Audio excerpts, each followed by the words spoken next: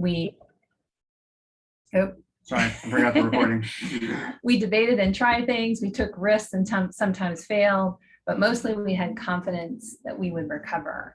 And so the reason why I'm sharing this with you is because this is the ideal, right? This is how it is ideally when you are working with the team. At least this is how people express it. They express it as something that is awesome. You know, if you think about the best team you've ever led or been part of, oftentimes you can immediately think of that time where you worked on something together and it was really hard, but you all did come together. And it's almost like you don't have to be prompted at all to think about it. It's almost like you can have a romanticized version of that time in your life when you had this really great team experience. You may be on that, you may be in that experience right now. I don't know. But anyway, that is, we bring this up because this is how people describe the ideal. Meanwhile, for some reason it's not advancing. Oh, meanwhile, there's this working from home and working from the office. And over the last 18 months, people have said a lot of things about what it means to them. So if you look on the left-hand side, these are some of the things people have said to us about why they prefer working from home, right? They don't want to spend time on the commute. If they're a parent, there's something great about being home and having more time with your kids. You can get more done from working from home. Really don't need to have a strong connection with my employer. That's another one we've heard, which is, you know, a little bit disturbing for us personally as we think of joy at work as having a connection to your employer. And then even it's less stressful for me to work with others virtually than in person. That's another thing that people have told us. And then on the other side, people have said things like working from the office actually helps me separate work from home life. And I need that. I miss the energy of being together in person. I've heard that a lot. It's really hard for me to concentrate at home. So, you know, that is very real for some folks. I feel more connected to the mission of the company when I'm in the office is another one. And then I'm really craving time with my team. And yeah, you can get that virtually, but there's something about being in person and that is what people have described. So I'm imagining that most of you have heard some, if not all of this, and probably other things. And so we just wanted to acknowledge that these are some of the things that we have heard. And we wanted to bring forward some things that we have come across. So we're going to highlight 3 articles for you that you may have seen.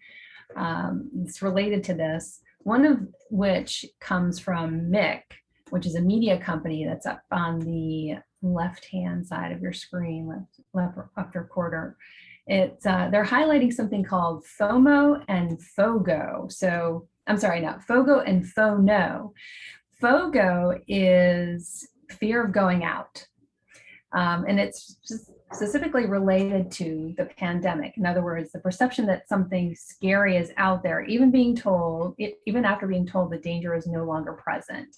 So that is something that people are saying that they're experiencing now. And then FONO is fear of normal. And so what does that mean?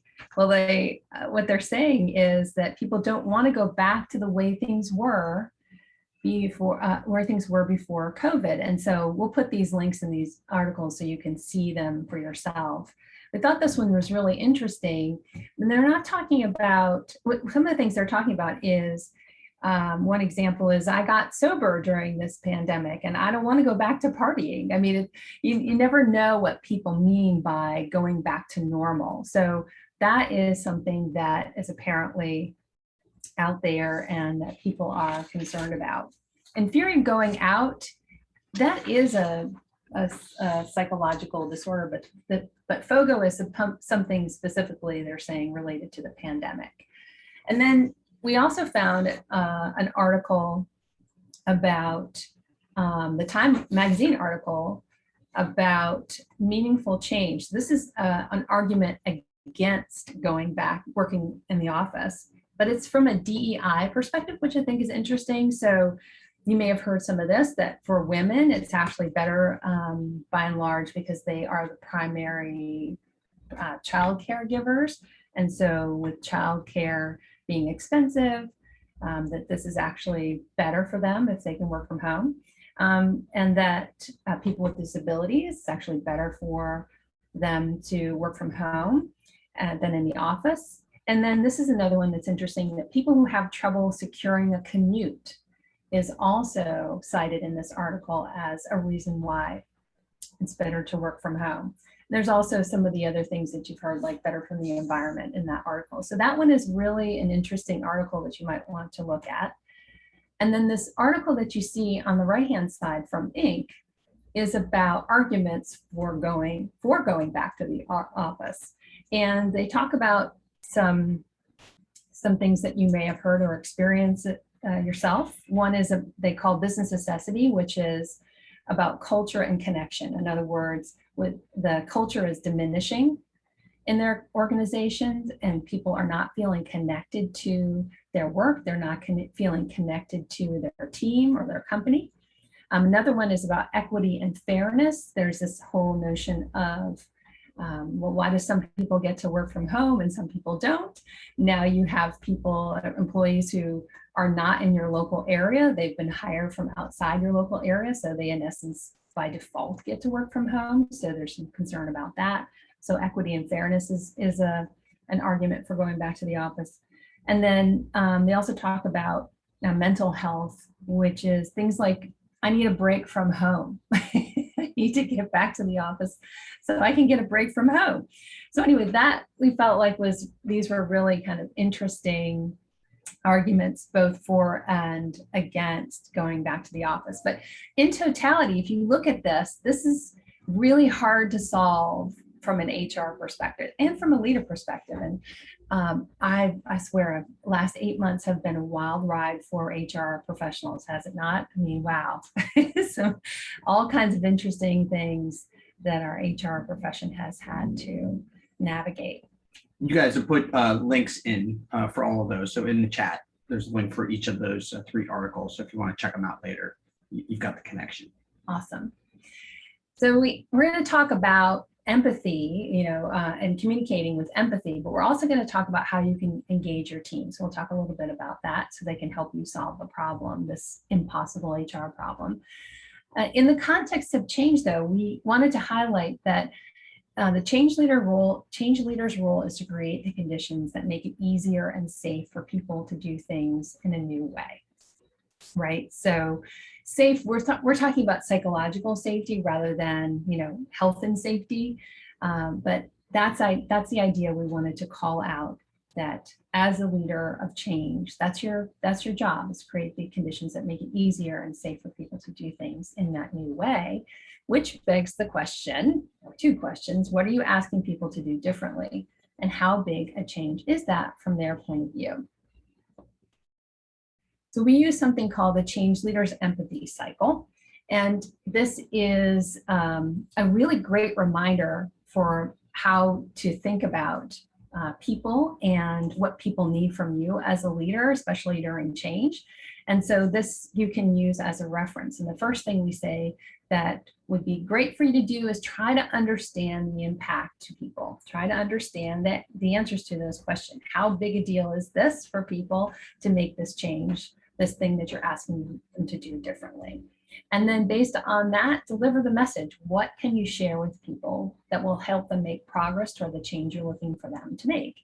And then once you deliver that message, communicate, you seek reactions. How did your message land?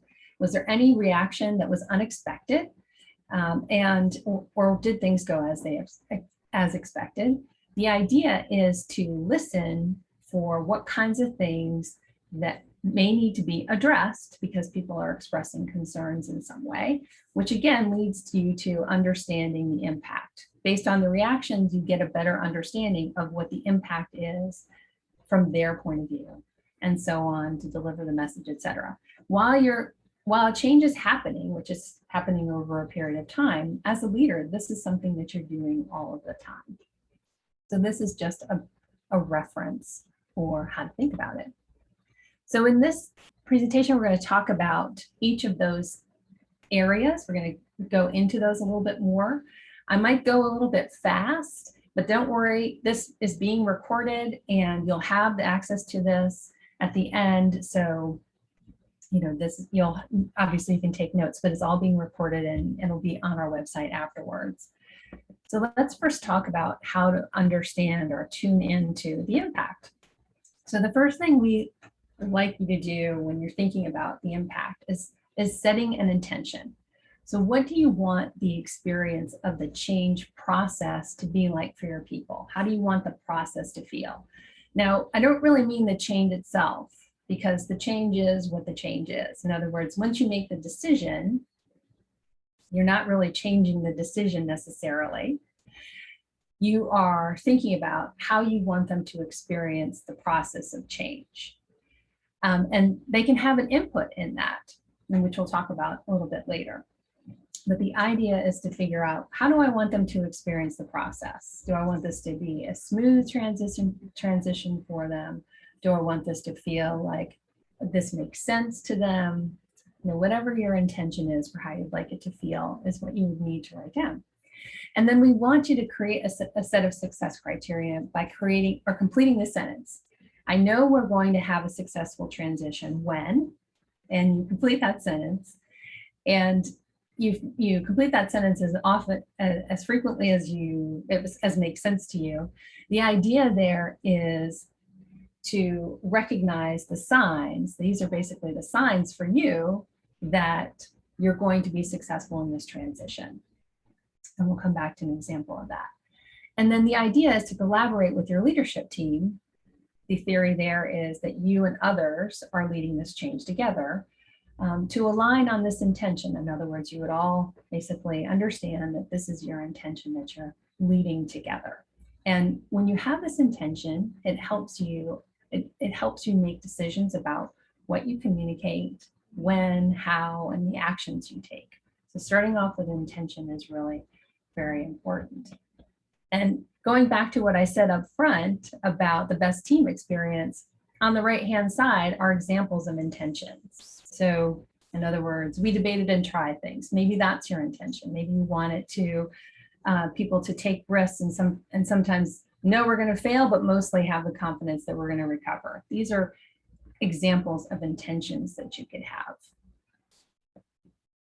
And then after you set your intention, the idea next is to tune into the points of view of others by asking these 5 questions. So what is it that you want people to do differently, right? That question I asked up front. And then how big a change is this from their point of view? What is the expected reaction from them? And why do you think they're going to have that reaction? What changes are in recent memory and how did it go? And that matters because people will remember it. And if it didn't go well, there's going to be a little bit of a hangover from that. And if it did go well, that could be a confidence booster.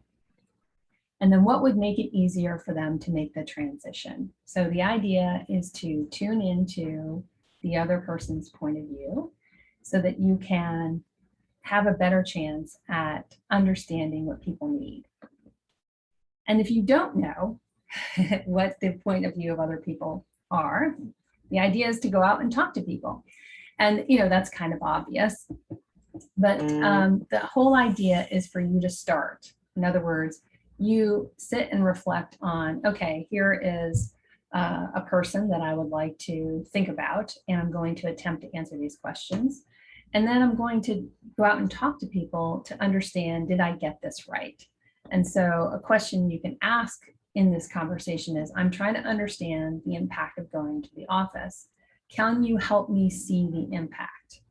It's a way of approaching the situation that is obviously more empathetic, but in other words, you're inviting people to help you see what this change means to them, help you see the answers to those 5 questions that I talked about. I think there's something that's interesting about the questions to point out to you guys. You're not asking, should we go back? Right. You're asking about what the impact is to go back. So you're not giving them decision rights now and saying, okay, well, we're going to make this as a group decision. as a leader, you still get to make the decision, but now you're trying to understand what that impact's going to be. And I think that subtlety is really important, and how you set that question up and what you're listening for after that is going to matter a bunch. And so I just wanted to highlight that, because I think that's an important, really important subtlety in the way in which Roxanne's got the question phrased. Exactly. And we'll come back to that as well, that whole idea of decision making. Okay, let's talk about how to prepare to deliver the message. So this is where you decide what to communicate, right? And you're answering some basic questions. What is changing, what's not, why, the benefits, how it will happen, when, and what's next. We have the tool we'll show you on the next slide that's called the change story. That is really just that. It's answering all of those questions. And that tool is really useful to work on together with your leadership team. And the reason why it's useful is because oftentimes when you come together as a group to answer those questions, naturally you're all making assumptions about the answers to those questions. You all have your different perspectives, so naturally you're making assumptions, and by collaborating to answer those questions, you get aligned on what those answers are, and all of those assumptions come out and all those questions come out. And so it's really useful to answer those questions as a leadership team. And as part of that, identify anticipated questions. What questions are you expecting that you would receive from people as once you go out and talk to people? And I'm sure a bunch will come out. The key here is to remember that you do not have to have all of the answers to these questions. In other words, there's going to be things that you will learn inevitably whenever you're doing any kind of change, and especially this kind of change where new things are happening in the environment all the time. That is the goal by deciding how you will commit to keep everyone informed as the transition progresses. In other words, just set expectations with people that you're going to learn your way forward.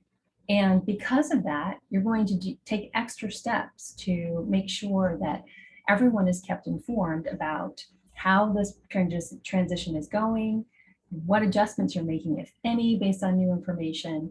You're setting up that expectation at the beginning. And the concept is about adaptability, right? We're being an adaptable organization, we're being an adaptable culture. And the idea is we can handle that adaptation. We're going to do this together. And my commitment to you is to keep you informed as things progress.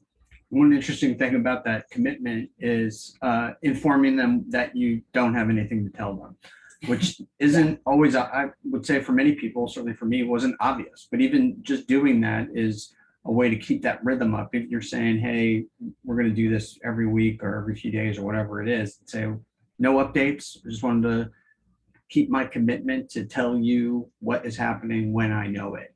And that may not be an obvious thing to communicate, nothing. So, but it's helpful to do it because you keep on that rhythm. Yeah, and on the flip side, and I'm sure many of you have experienced this, when you don't keep your commitment, then people will make up stories about, why haven't they communicated with us? And there's nothing deviant in that. People are just trying to make sense of what's going on, right? That's just the way humans work. So this is the change story that I talked about, and you can use this right away. This is just a set of questions that you can answer for yourself about any change that you're about to communicate. And again, as I said before, it's really helpful when you're doing this with your leadership team or whatever team you're on when you're about to communicate something, so that you all get aligned. And then it serves as a great reference for you once you are communicating, and it serves as a great way to come back as a leadership team and talk about the kinds of reactions you got when you communicated the answers to these questions, the kinds of questions you got that you couldn't answer, right? And then as new information comes to light about the change, you update this information. So it's a really simple tool, but really helpful to keep you and others aligned on the messaging. And then you deliver the message. And again, this might be a little bit obvious, but you want to be clear about what's changing, what's not, and why. The what's not part is really important, and it's easy to forget that. So what's not changing is really helpful. And that just provides that certainty that people are looking for, right? Whenever you provide that certainty, you're basically freeing up their brain not to think about it, right? So that's why you want to give them some certainty so they don't have to focus on it. Connect the decision to the company's purpose and values. That's really important to make sure people understand, okay, I see an alignment here. And now acknowledge what you don't know yet. Listen, be patient, hold space for people to express themselves. It's actually a sign of leadership strength when you can do that. And then again, commit to keeping people informed and be specific about how that will happen. Like every Tuesday at 3 o'clock, I'm going to send out a message, or every, whatever, I'm going to be in the galley or the coffee spot and we're going to talk. Whatever that time is, be specific about it so they know what they can expect.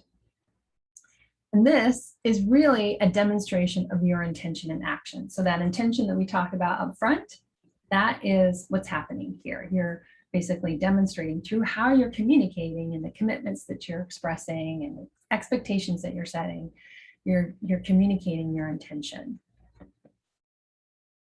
All right, so I want to give you an example of a team that we worked with locally who was very concerned about this. We worked with a leadership team of a small company, and they were very concerned. And so over weeks, we met with them and we talked about the situation. The whole leadership team was very concerned about how going back to the office would impact the culture, would impact how people felt about the company. Would they feel somehow penalized? They were worried about people walking out the door, just like everyone else is, and attracting talent if that did happen, all that stuff, reputation in town. So this team was really worried about this. So what they did was we met with them over weeks at a time, and we just talked about, what are the answers to these questions, and what is the expected reaction, and why is that? And really what was interesting about the whole situation was the leadership team was basically going through the change curve themselves in a way kind of to prepare themselves for communicating to everyone else. And so they were very stressed over these weeks. And then finally they realized, okay, we've got this. We don't have to have all the answers, but we feel confident in each other and our own ability to deliver this message and handle what's coming. But it did take some time before that happened. And they set this intention. They wanted to make sure that everyone understood why this is important. They wanted to make sure the whole company felt good about why they were going to be working from the office. They also set the intention that they want to see people acting generously toward each other and respectful of each other's needs. And that's about, sometimes, yes, we are going to work from home, but sometimes there are people who are going to need to stay home for whatever reason. And then the third intention was that people are focused on collaborating with each other and really digging into the work and enjoying that collaboration rather than focusing on fairness. Fairness being, well, why does so-and-so get to leave early today? Or why does so-and-so get to work from home and I don't? Or why does so-and-so work from home all week this week and I had to be in all week? Those are some examples of fairness. The idea was that, yeah, okay, people might have those concerns, but mostly the goal was that people felt focused and excited about collaborating with each other. The thing is, interesting about this group, and I think it's probably true for a lot of groups that are like this, is they were frozen, locked in between two things. One is they felt like going back to the office was the right thing to do, but didn't really have initially at least, a sharp articulation why. They're just sort of like, this is smart for us, for our culture, I think we need to do it. And then the second thing is a series of fears around the ramifications of making that call and how that would ripple out through the rest of the company. And so they're just kind of frozen with an inability to even think their way through or talk as a leadership team about what to do. And so going through the questions that Roxanne has laid out was really helpful because it allowed them to process through all of that and to do it together as a leadership team so that they could come to a joint understanding on both of those things. What are we going to do about these fears, and why are we going back to the office? You know, what are we going to do there that's going to be different than what we can accomplish by being fully remote? And because of that, it helped them be able to communicate it better because they got sharp about what the answers were to both of those. Yeah, one of the interesting things about what you just said, Ed, is when you look at some of this advice, it may seem really obvious. But when you're in the middle of the emotion of something, all of this goes out the door. It just is almost impossible to remember. So that's one of the reasons why we walk people through this so that they can, oh yeah, okay, I remember this is the right thing to do. And this is why it's the right thing to do. Okay, let me go through this process. Especially, you can especially discount it when you feel the pressure of all the other things that you've got to do. Just won't focus on this at all and actually leads to more problems by not focusing on it. And by the way, these questions sound like they might be hard or might be really elaborate. Actually, even if you take 5 minutes and think about it, it'll change your whole perspective about how to enter in a conversation with someone or how to think about the change. So even if you just spend 5 minutes on it, you'll be able to tell, okay, do I need to spend more time on this? Or do I have enough information to at least go forward and talk to other people?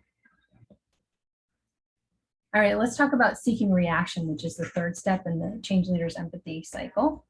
So what you want to do is look and listen for signs of progress. So what tells you that people understand what they need to do differently? What are the signs for you that they get it?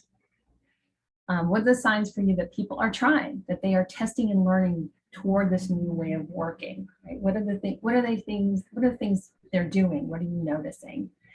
And then what do people need to hear from you as the transition progresses? So this is where reinforcing, your intention is good oftentimes. This is where if you're noticing people are doing something differently, you can go talk to them about it and ask them about what they're trying and how it's working.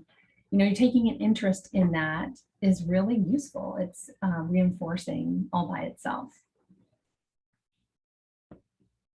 And then here are the things that we would say is important when you are communicating with empathy and communicating change. You need to be more visible and available than usual. You need to keep your promise to keep those updates, even if that means there's no new information to report.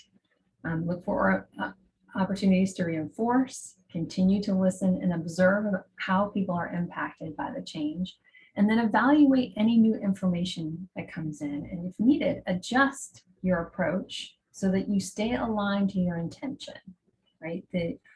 Like I said before, you don't have to have all the answers.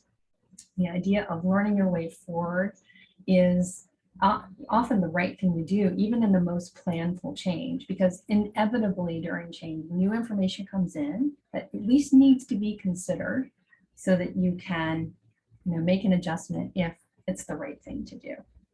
And this section here, I think, is the one where people look at it and say, oh yeah, I do that, or it totally makes sense that I would do that as a leader. And it is the one area that we see leaders miss repeatedly, and it's because of this dynamic.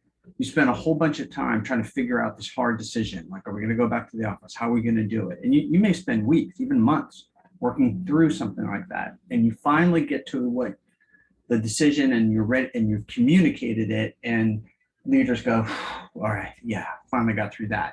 But that is the beginning for everybody else, right? It might be the end of that phase for you, but the rest of the company hasn't been engaged in all of that, not in the way that you have. And so they're just starting now to get their brain wrapped around, oh, we've got a decision and this is what we're going to do. So that's the time for you to show up and be visible and start talking. And on again and again, we've seen leaders say, I'm so glad that we finally got to that decision. I'm ready to just ease up a bit. And I'm like, No, you have to go the other way. You need to engage more Yeah. with your people because they need you now, and they haven't experienced what you've experienced so far. Right. And to build on that, that probably sounds exhausting because it is. So this is where self-care is really important. Having a sounding board, someplace safe where you can go and talk about what's happening so that you can process it is also really important, because your energy is something that people are paying attention to. Unfortunately, I mean, that's part of the change leader challenge, is that people are paying even more attention to your words and actions once you introduce change. And we'll talk a little bit about why that is in a minute.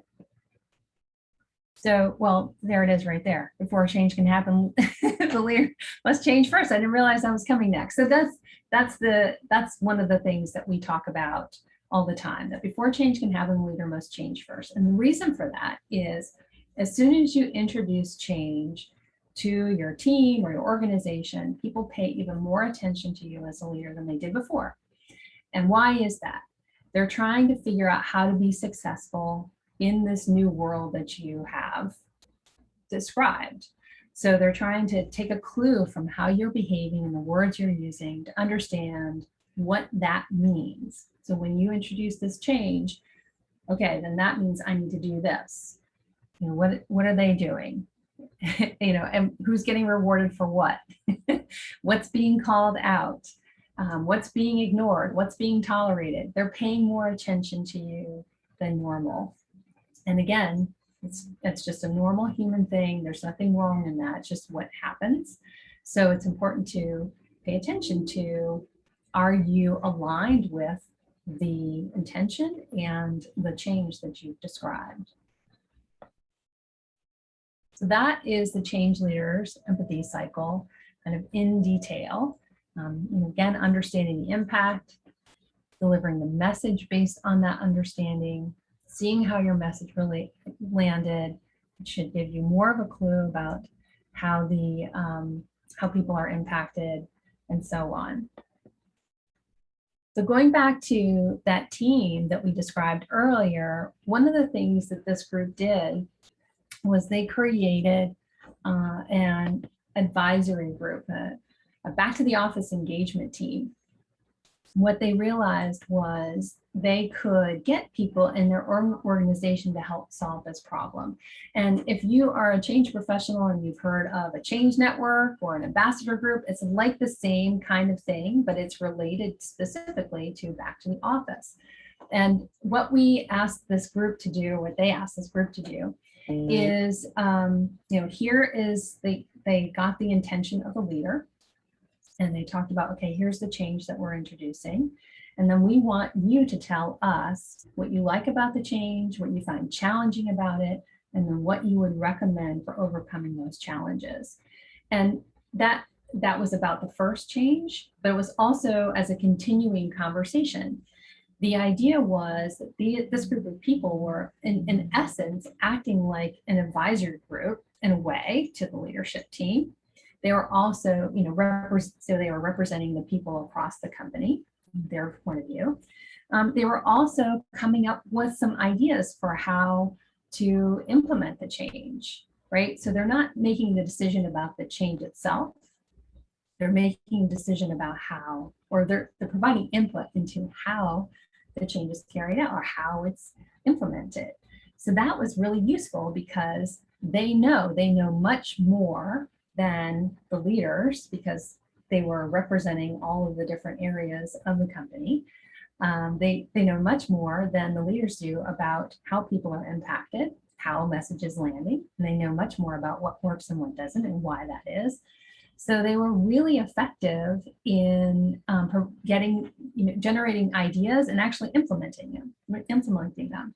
The leadership team also supported those folks to lead in their area, right? And sometimes that was appropriate for those folks to actually lead some sort of effort or activity in their area. Sometimes it was more appropriate for the leaders to do that. It was, one of those things where this ongoing conversation between this engagement team and the leadership team. It was more of a partnership that developed. And it's something that we call layers of change leadership when you put a group like this in place. Basically, you're all helping to lead this change together, but in your own role, within your own sphere of influence. So this was a really effective way to help get the organization to help come up with ideas and solutions for palatable techniques for going back to the office, or practices for going back to the office.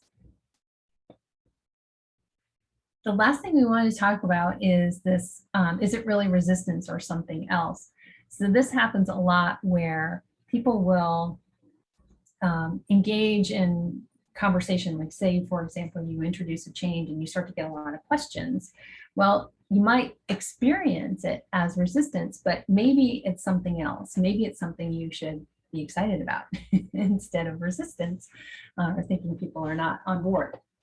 So when people ask questions like, why are we doing this? Often they're saying, okay, I've heard you. I know that this change is happening. So convince me why this is important. That's a great opportunity for you to say, here's my intention. Here's why this is important to us. Here's why we've decided that this is really critical for our company. And then when people ask how, they're at least a little bit convinced, if not completely convinced. And now they've moved on. They're imagining how to implement your idea, right? So that's when you can talk about ways this could happen and invite them to, kind of riff off of that. So what other ways do you imagine this could happen? Is a question you can ask back. And then what about questions? What about this? What about that? Means they're pretty convinced and maybe even hopeful that you're right, but they have some sort of concern that you need to address and help them see what you see. So what abouts are not necessarily bad things, bad questions. They can be, they can be a sign of being pretty convinced. So I bring this up because when you're in the heat of the moment, actually delivering the message, it can be hard to hear questions like this in a positive way. Questions like this as if people are engaged and trying to get on board, trying to actually help you make happen what you would like to see happen. Yeah, I think actually really hard to do this in the heated battle. So I've had this experience, and I was fortunate to have Roxanne help me get through it, because I was leading a team and getting questions like this, and I took it very badly. I just saw it as people pushing back, and they were resistant to what I had done. And I just spent a whole bunch of time putting this thing together. And now I can't believe these people are questioning me. And I can just feel the whole anger build up inside of me. And while that's happening, I get a message from Roxanne, this is great. They're really engaging. And I'm like, you are crazy. You have no idea what's going on. But what she was, explaining to me later, what she just told all of you, is this is their attempt to try and understand what is going on with what I've just put in front of them. And it was hard for me to take it that way. And so very useful to have somebody else that can be giving you advice from the side, that can have some level of more dispassion than you're going to be able to have while you're in the middle of this thing, and give you some guidance and some counsel on it. Beyond just this idea, which I think is pretty powerful actually, but also just real time, in the moment, yeah, this is going well, and you're getting what you need from your team. That can be unbelievably helpful. And you change professionals out there will know what I'm talking about when I say the worst kind of resistance is silence or head nods and then not agreeing at all. So it's much harder to work with that than it is questions like this. Much easier to work with. Okay, so we wanted to just share with you, this is something that we think about all the time. We just want to briefly share this crazy idea that you can actually introduce change, even change that's hard, and actually grow joy at work, which we see as those dimensions on the right-hand side. In other words, it's all about how you implement change. You can actually grow things like adaptability and trust and belonging by how you implement a change, even if it's a change people don't necessarily want or like. So just want to plant that seed. It's not necessarily what people think of when they think of change, but it's something that we do all the time and we advocate for, and why we think change management is so important in the workplace. And then we have, I know this has been a lot of stuff, we do have a class that we do on all of this where we help you figure out how to set an intention, how to analyze the impact, prepare to communicate, practice communicating, understand what signs to look for and measures and metrics and all of that, and work with other people to influence change. We do this series, this one that we have coming up is on Fridays at noon, where you actually practice all of this, and you've got tools and explainer videos and all that stuff. But the value in coming together live and in person is you actually get to dig in and practice with other people. We've done this a bunch of times. We're actually doing this with the state of Ohio right now, and a software company out in California. People find it, it's really effective. So we've got a next one coming up at the end of September. If you're interested, just let us know. And then this is something that we'll share with you in the chat. So we talked about how we've been collecting data about what people report as their best team experience. Well, we have compiled this in a report that Ed will throw a link in there. The other reason we want you to know about that is inside this report is the set of questions that we have used with leadership teams to help them set an intention. So that intention that I talked about, you can use those questions that are in this report to do that, to set an intention for yourself and with your leadership team about how you want a change to go. So it hopefully is useful for you if you're interested in doing that. And that's it. That's what we wanted to share. If you want to know what we're up to, this is how you can find us. But that's it. That's what we wanted to share. We just wanted to open it up. If you have any questions or comments, we're happy to chat with you. Is that it? Everyone's rushing back to the office now? Hey, this is Mike. Hey, Ed, Roxanne, again, really good information there. Appreciate what you guys are putting out there, because it does help address some of those questions. And from the history of dealing with change, being upfront with the folks and getting the type of conversations had, or that's the way you make progress. So good insights. Appreciate that. Yeah. Yeah, thanks, Mike. Glad you had a chance to be here. We totally agree with you, right? It's that engagement that I think really makes the difference. Agreed. Yeah. And if people can see themselves as adaptable, that goes a really long way. I would agree. I agree with what Mike said as well. I really enjoyed it. And a lot of what you talked about is so true. And certainly in my profession, I'm experiencing all degrees of responses, from the silence, the crossed arms, the leaning back in the chair, the nodding, the passive aggressiveness, yes, and then complete silence, and we go back into that cycle again. But I liked what you put in there around the different stages, I guess, of change acceptance, and being able to recognize where people are at and the positive spin on what may be cloaked as a negative response, but in actual fact is you've kind of hooked them, even if it's just by the tiny bit of their lip. You've got them, and we just need to bring them further in. I thoroughly enjoyed it. Thank you. Thanks, Debbie. Yeah, thank you, Debbie. Yeah, absolutely. Just a little bit. Just give us a little bit. Something. Exactly. I think another thing to keep in mind these days is that there's a lot of uncertainty surrounding us, not just internally in every company, but around us in the world. So yeah, just taking that into consideration, that sometimes the hesitation might not necessarily have to do directly with a company, but the uncertainty that surrounds them, and know that that environment might change rapidly, and that would affect the situation of going back or staying home or doing both. So I think that's one of the things that has been a challenge for us, just the uncertainty of folks just wanting to be more careful and cautious with everything, given the current circumstances all over the place. yeah, you're so right, Paulina. I mean, this is the whole learn your way forward idea. You have to be open to what's gonna, you know, what you learn next, right? You can't shut that down. And, you know, I say this all the time, that's true of any change. It's especially acute right now because of so much being uncertain, but every change is like that. There's going to be new information that comes to light that you need to take into consideration and make an adjustment if it's the right thing to do. So, you know, the only thing I guess I would say is it's normal, more normal than maybe we think it is, to make those adjustments as you need to. Yeah, thank you. Yeah.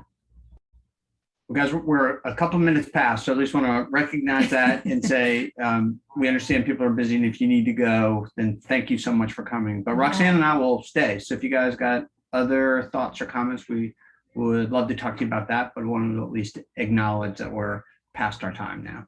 Yes, thank you for being a temporary community. Thank you so much. Bye for now. Yeah, thank you. I'm gonna head out as well. Thank you. All right. See you, Talk to you Paul. guys soon. Bye. Any other questions or comments?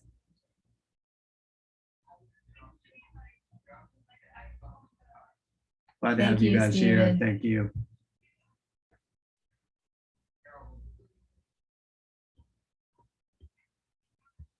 Right.